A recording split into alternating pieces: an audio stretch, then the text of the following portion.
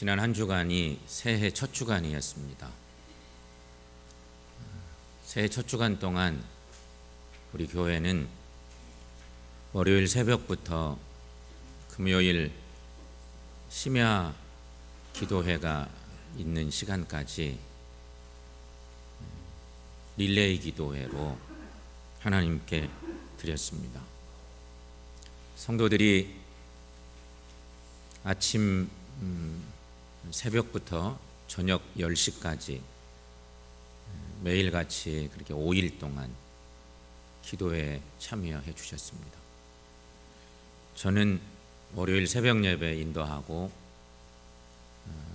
목요일 저녁까지 기도원에 올라가서 또 기도하면서 은혜를 받고 돌아왔습니다. 특별히 연속 기도에 참여해 주신 성도 여러분들에게 진심으로 감사를 드리고요. 받은 은혜 잘 간직하시고 온 마음을 다해서 주님 잘 따르고 섬겨나가는 온성 우리가 그냥 살아갈 때는 잘 생각 않고 살지만 가끔씩 신앙적인 물음들을 자꾸 던지면서 나를 점검해 볼 필요가 있어요. 그래야 건강하게 신앙생활 하는 거거든요. 로버트 프로스트의 가지 않은 길이라고 하는 시가 있습니다. 가지 않은 길.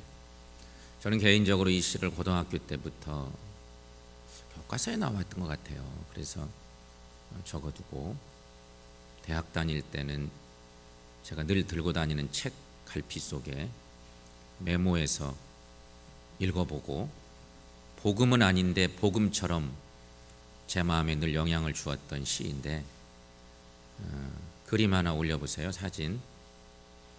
저 사진을 보면서 로버트 프로스트의 가지 않은 길이라고 하는 시를 한번 들어보십시오. 노란 숲속에 길이 두 갈래로 났었습니다. 나는 두 길을 다 가지 못하는 것을 안타깝게 생각하면서 오랫동안 서서 한 길이 굽어 꺾여 내려간 데까지 바라다 볼 수 있는 데까지 멀리 바라다 보았습니다. 그리고 똑같이 아름다운 다른 길을 택했습니다. 그 길에는 풀이 더 있고 사람이 걸은 자취가 적어 아마 더 걸어야 될 길이라고 나는 생각했던 게지요. 그 길을 걸음으로 그 길도 거의 같아질 것이지만 그날 아침 두 길에는 낙엽을 밟은 자취가 없었습니다.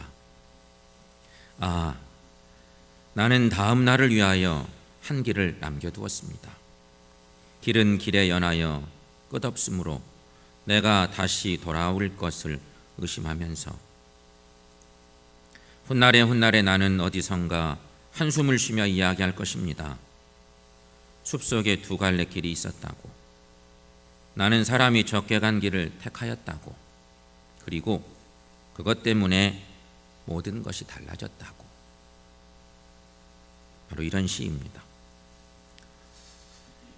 여러분, 이 시를 읽다 보면 저는 개인적으로 예수님께서 산상수훈 말씀 중에 하신 유명한 말씀이 절로 생각납니다. 여러분 잘 아는 말씀입니다. 우리 익숙한 말씀. 이 시가 이런 본문의 성경 말씀을 배경에 두고 썼는지는 모르지만 그 흐르는 맥이 같기 때문에 제 개인적으로는 그런 생각이 납니다. 마태복음 7장 13, 14절 말씀이에요. 자, 함께 읽어볼까요? 좁은 문으로 들어가라. 멸망으로 인도하는 문은 크고 그 길이 넓어 그리로 들어가는 자가 많고 생명으로 인도하는 문은 좁고 길이 협착하여 찾는 이가 적음이라. 아멘. 사랑하는 성도 여러분, 생명길을 걸으시기를 축원합니다. 그게 하나님이 우리에게 원하시는 삶이 아니겠습니까? 교회에 모여서 성도로 사는 우리들의 삶의 목적도 거기에 있지 않겠습니까? 신앙의 길이 뭘까? 우리가 늘 물을 필요가 있습니다. 한 주 전에 지난 주일 그리고 그 전날 송구영신 예배와 신년 감사 주일 예배가 있었습니다. 신년 감사 예배, 송고영신 예배 때 대부분의 성도님들이 신년 감사헌금을 드리면서 기도 제목을 적었을 것입니다. 여러분은 무슨 기도 제목을 하나님께 적었습니까? 1년에 한 번쯤 그냥 보통 감사헌금이 아닌 기도 제목을 적어서 올려보세요 그랬는데 여러분은 뭐라고 적었었습니까? 저는 신년 감사헌금을 드리면 늘 이런 폼으로 기도 제목을 적곤 합니다. 첫째는 사명 감당에 대한 기도를 적습니다. 하나님, 마음이 삐뚤어지지 않아서 하나님 주신 사명을 잘 감당할 수 있도록 지켜주세요 하는 기도 제목을 먼저 적습니다. 그리고 또 하나는 올해 같은 경우 우리 교회에 생각하면 성전 건축 관련된 기도 제목을 두 번째로 적었습니다. 세 번째는 온 성도가 사랑으로 하나 되어서 우리 교회가 부흥하게 해달라고 적었습니다. 교회는 그냥 막 부흥하는 것보다 성도가 사랑으로 하나 되어 부흥해야 하나님이 기뻐하시니까. 넷째는 가족 건강, 우리 어머니 지켜달라는 기도 제목을 담아서 그런 기도 제목이었고요. 마지막은 우리 아이들 위한 기도 제목을 메모했습니다. 그렇게 5개 기도 제목으로 압축해서 제목을 정했죠. 그리고 송구영신 예배를 드렸습니다. 저도 역시 여러분과 함께 예배를 드리며 새해 하나님께 주신 말씀도 받았습니다. 여러분은 어떤 말씀을 받으셨습니까? 새해 첫 시간에 예배 드리는데 그 주신 말씀 기대하면서 말씀 받았을 텐데 여러분 어떤 말씀 받으셨습니까? 그 말씀이 여러분을 어떻게 인도하고 있습니까? 저에게 주신 하나님의 말씀은 요한복음 14장 6절 말씀이었습니다. 예수께서 이르시되 내가 곧 길이요 진리요 생명이니 나로 말미암지 않고는 아버지께로 올 자가 없느니라. 너무도 유명한, 너무도 소중한 참 좋은 말씀이죠. 그런데 너무 익숙한 말씀이라 그랬는지 솔직히 제 마음에 그 말씀을 딱 받고 제 마음이 덤덤했습니다. 제가 솔직한 마음입니다. 우리는 그런 좀 희소한 말씀에 우리 눈이 가는 경우도 있죠.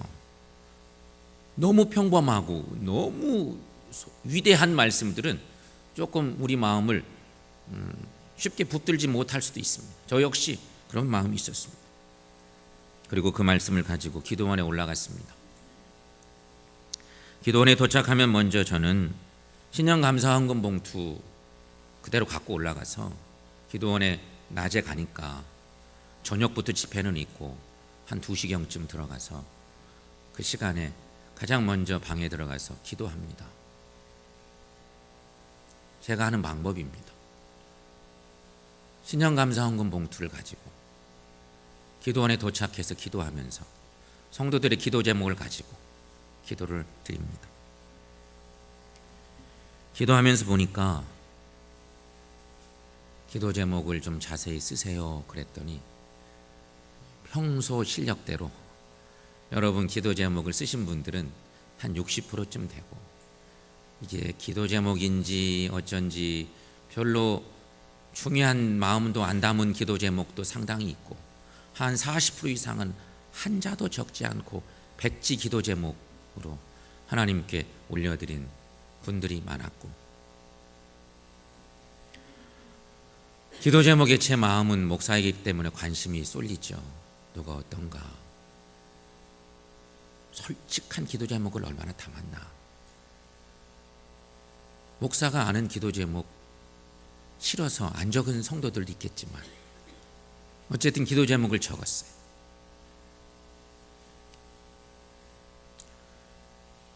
올해 우리가 성전 건축과 관련 기도를 지금 제가 기도원에 있는 그 시점에는 예배당 우리 교회 안에서는 릴레이 기도를 통해서 성전 건축을 위한 릴레이 기도회가 시작됐으니까. 하지만 여러분, 여러분의 기도 제목, 적은 기도 제목 중에 성전 건축과 관련된 기도 제목을 간절히 담아서 메모한 기도 제목은 어느 장로님 한 가정, 권사님 한 가정, 안수 집사님 한 가정, 딱 3가정뿐이었습니다. 놀랍죠? 여러분 생각할 때 교회가 성전 건축 얘기하지만 그 기도 제목 속에 딱 3가정, 장로님, 권사님, 안수 집사님 가정이었습니다. 저는 집회에 참석하고 집회에 참석하는 시간에 참석하고 나머지 시간에는 방에 들어와서 뭐 어디 나갈 것도 없고 꼼짝 안 하고 기도하고 성경 읽고 그랬습니다. 가서 생각하니까 성경을 어디 읽을까? 제 머릿속에 탁 스치는 성경들은 있었습니다. 교회 중요한 목회적 우리 기도 제목이 있으니까. 성경 중에 구약 성경 말씀 중에 에스라, 느헤미야, 그리고 예언의 말씀 속에 학개, 스가랴서, 이 4권의 책을 계속 읽었습니다. 그리고 기도하고, 특별히 감사헌금 봉투 기도를 한 번만 드린 게 아니라 또 기도하고, 기도 제목 듣고 또 기도하고, 목요일까지, 목요일 낮 집회 참석하고 내려올 때까지 그렇게 기도했습니다. 이렇게 기도원 집회 참석해서 말씀 듣고 기도하고 저도 은혜 받습니다. 그렇죠? 기도원에 올라가면 은혜를 안 받을 수가 없어요. 만사를 제껴두고 올라가서 집중하고 있기 때문에 아무리 우둔한 사람도 은혜 받을 수밖에 없죠. 찬양하면서 기도하면서 또 좋은 말씀 들으면서 내가 깨어지는 거죠. 은혜를 받다 보니 새해에 왜 하나님께서 나에게 그런 말씀을 주셨을까? 왜 하나님이 내게 내 마음에 처음에는 감동도 별로 없었던 그 말씀을 하나님이 내게 주셨을까? 깨닫게 됐습니다. 감사한 일이죠. 너무도 감사한 일 아닙니까? 왜 하나님이 그 말씀을 주셨는지 그제서 알았어요. 왜냐하면 저는 솔직히 지난 2016년 한 해를 보내는 동안 제 마음이 바빴습니다. 이제야 고백드리지만 제 마음이 많이 바빴습니다. 괜히 저 혼자 바쁜 거예요. 그런데 건축 일은 제자리 걸음만 하고 있어요. 저는 바빠 죽겠는데 교회의 행정적인 여러 흐름들은 제자리 걸음을 하고 있어요. 교우들도 10여 년 이상 끌어온 건축에는 별로 관심도 없어 보여요. 제가 볼 때 그런 거죠. 그렇다고 주님과 교회를 위해 헌신하겠다는 성도들도 별로 눈에 띄지 않아요. 교회에는 피동적이고 관망하는 성도들만 많아 보였습니다. 이런 현상은 10월경부터, 작년 10월경부터 제가 기도하면서 새해를 위한 사명자를 세우는 일을 준비해 왔습니다. 교회 조직은요, 그냥 하고 싶은 사람 하고 싫은 사람 안 하고, 그래서 그냥 편의주의로 가면요 교회 망해요. 그래서 할 만한 사람들을 세워가는 일이 목회지요. 그래서 그런 일로 기도하면서 사람 세우는 일에 진력했습니다. 어떻게 건강한 교회 만들어 볼까 싶은 마음에. 그런데 그 일을 하면서 솔직히 그런 이게 교회가 이런 모습들이 많구나, 그런 현상을 더 많이 느꼈습니다. 그러다 보니 늘 제 마음이 힘들더군요. 마음만 바쁘게 1년 보내고 연말이 됐는데 제가 병이 날 정도로 힘들었습니다. 그래서 그랬는지 12월 초에 있는 정책당회 하는 날 오후 예배 마치고 당회원 부부가 모인 날 제가 화를 냈습니다. 제 마음은 분주하고 이거 중요한 결정을 해야 되는 정책당회 날인데 뭔가가 잘 안 되는 거예요. 마음들이 긴장도 없고 제가 볼 때 그랬어요. 다 모이지도 못하고 부끄러운 일이죠. 그래서 제가 화를 냈습니다. 지난 첫 주일 낮 예배 마치고 성찬식이 있었고 오후 예배 청지기 교육하겠다고 그래서 더 많은 사람들이 모여 있었습니다.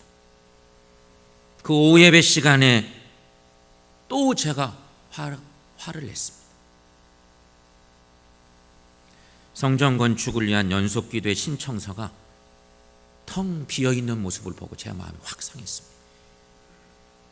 성도들의 무관심이 그 한 장의 기도 신청서에 보였기 때문이었습니다. 결국 오후 예배 참여자들에게 그것도 설교 시간에 교육하는 그 설교 시간에 신청서 페이퍼가 돌아갔습니다. 있을 수 없는 일이 벌어진 거지. 저도 모르게 넋두리하면서 화를 냈습니다. 참으로 부끄러운 일이었습니다.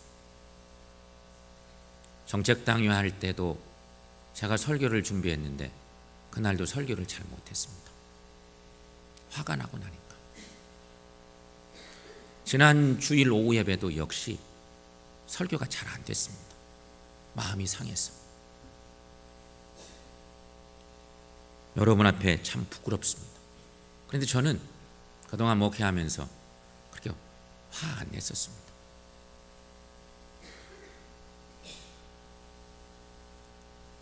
매우 부끄러웠습니다. 생각해보니 저는 지난 몇 개월 동안 마음이 조급해 있었습니다. 몹시 조급해 있었어요. 그래서 아무것도 아닌 제가 마음만 조급하다가 감히 예수님보다도 앞서가고 있었다 생각이 들었습니다. 여러 일들에 주님보다 앞서가고 있는 제 모습을 보았습니다. 여러분, 이것은 큰 잘못입니다. 그래도 하나님께서 은혜 주셔서 기도원에 가서 그걸 깨닫게 해 주셨다고 저는 믿고 감사해서 돌아왔습니다. 기도원에서 이렇게 말씀 듣고 기도하고 그럼 제게 주신 그 말씀, 요한복음 14장에 있는 그 말씀이 자꾸 저를 쳤습니다. 그래서 이 말씀을 주셨구나. 이 말씀이 그런 말씀이었구나 깨닫게 됐습니다. 그래서 저는 오늘 여러분에게 나누고 싶은 말씀이 있습니다.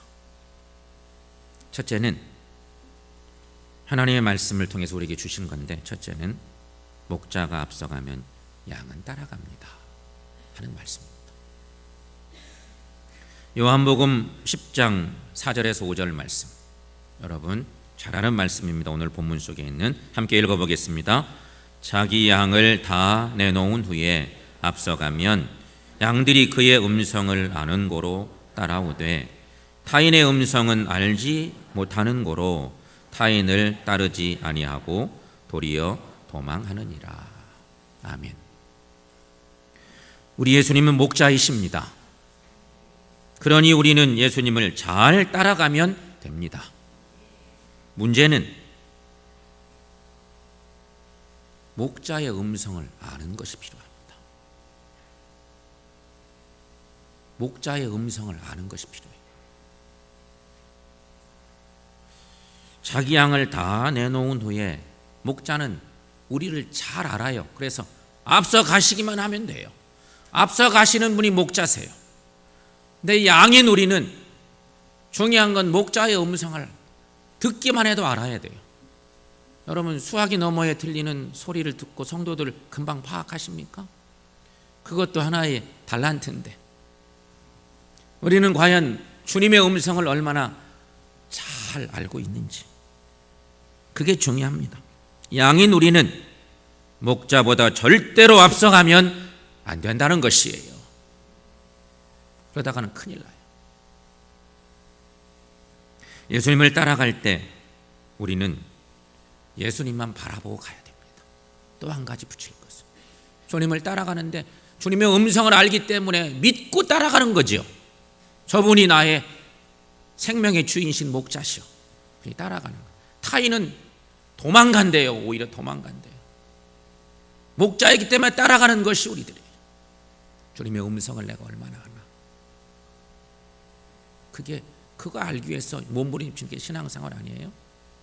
그렇지 않습니까? 그런데 주님을 따라갈 때 주님만 바라보고 따라가셔야 돼요. 히브리서 12장 2절 말씀, 거기 보면 믿음의 주요 또 온전하게 하시는 이인 예수를 바라보자.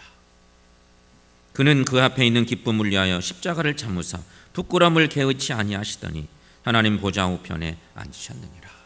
아멘. 예수님을 바라봐야 하는 이유, 그것은 예수님께서 우리를 위하여서 십자가를 통해서 구원해 주셨기 때문이에요. 그리고 지금도 우리 주님은 하나님 보좌 우편에 계시기 때문이에요. 여러분, 이것이 복음 중에 복음 아닙니까? 복음의 진리예요. 이런 거 잊어버리고 다른 거 붙들고 살면 우리 신앙생활이 틀어질 가능성이 높아요. 신앙인은 이렇게 살아야 한다는 것이에요. 이런 신앙생활하는 우리 모두가 될 수 있기를 축원합니다. 그런데 저는 이렇게 못 살았어요. 저는 마음이 먼저 가고 있었던 거였어요. 이런 저에게 하나님은 참으로 귀한 말씀을 주셨죠. 저를 살려주시려고. 너 이렇게 계속 가면 병나? 너 이렇게 계속 가면 죽어? 주님이 아마 그렇게 저를 사랑하셔서 말씀 주셨다고 저는 믿고 그 말씀을 받았습니다. 기도원에 올라가서 제대로 받은 거죠. 요한복음 14장 1절, 예수께서 이르시되 내가 곧 길이요 진리요 생명이니 나로 말미암지 않고는 아버지께로 올 자가 없느니라. 이 말씀이 원래 뿌리는 다른 쪽에 있을지도 모르지만 저는 이 말씀을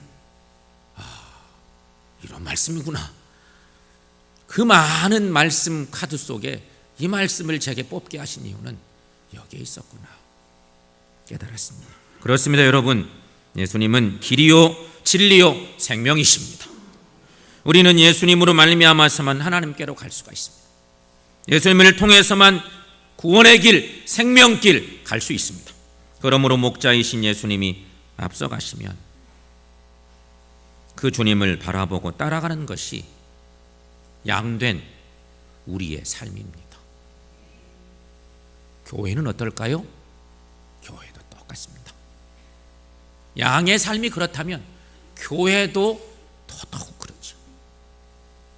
더 강력하게 그런 모습으로 따라가는 교회 돼야 되는 거죠. 이렇게 살아가는 우리 모두가 될 수 있기를 축원합니다. 두 번째, 하나님이 제게 주신 음성은 목회는 하나님 일이다 하는 것입니다. 목회는 하나님 일입니다. 목회, 그러면 우리는 대부분 목사 일이라고 생각합니다. 여러 일들이 목사가 할 일이라고 생각하는 경향이 높습니다. 여러분, 그렇죠? 목회는 목사님 일이지.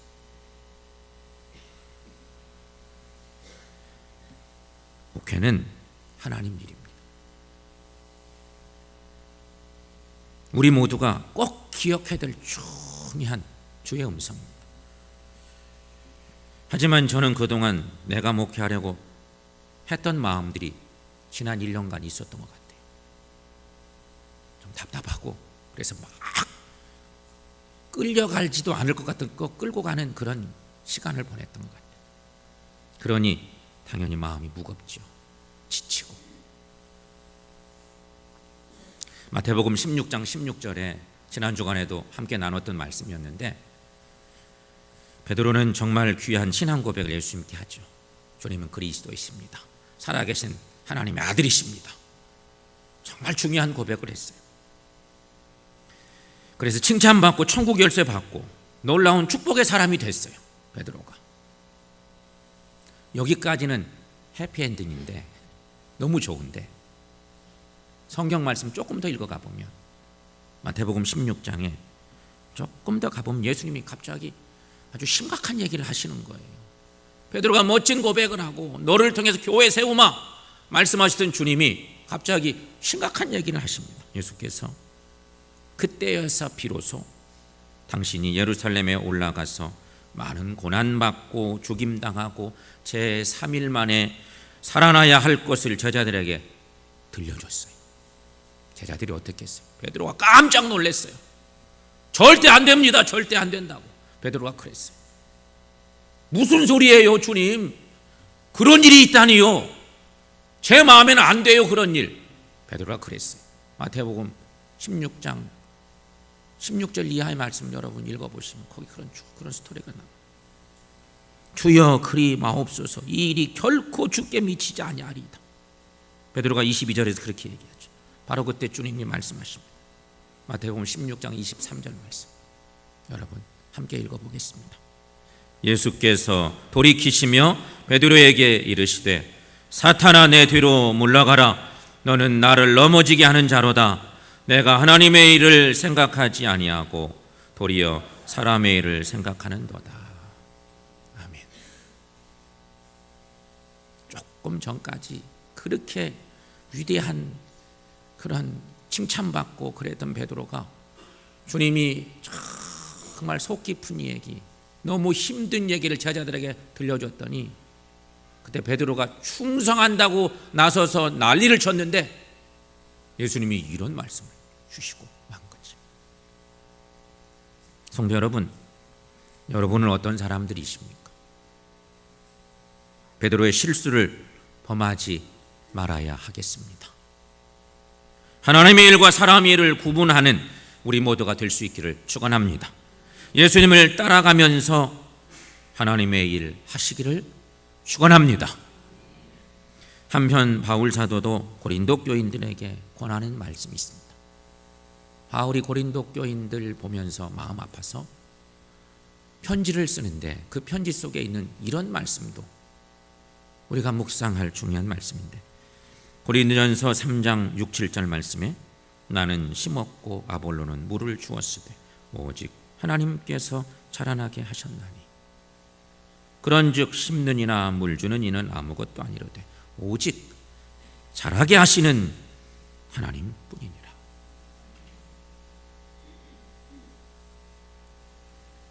고린도 교회 교우들이 교회 안에서 여러 가지 문제들 가지고 옥신각신 싸우고 누가 크냐, 누가 더 참 목회자냐, 우리가 누구 편이냐, 누구 영향을 더 받았을까, 뭐 이래저래 얘기하고 난리가 났는데, 그 사실을 듣고 바울이 편지 쓰면서 권면하는 유명한 말씀이죠. 여러분은 교회 안에서 무슨 역할을 감당하고 계십니까? 심는 사람, 물 주는 사람들 중요합니다.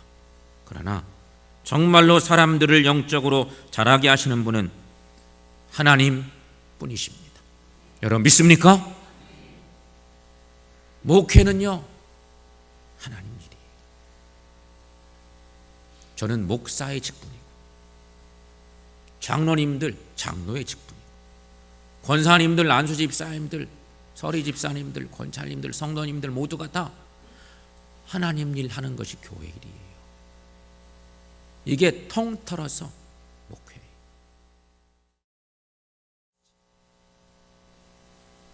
사랑하는 여러분, 한 해를 또 하나님이 주셨어요. 올해는 우리에게 큰 과업이 있어요.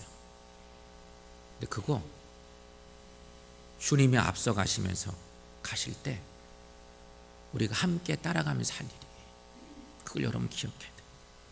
예수님은 우리의 주인이시고 참 목자이십니다.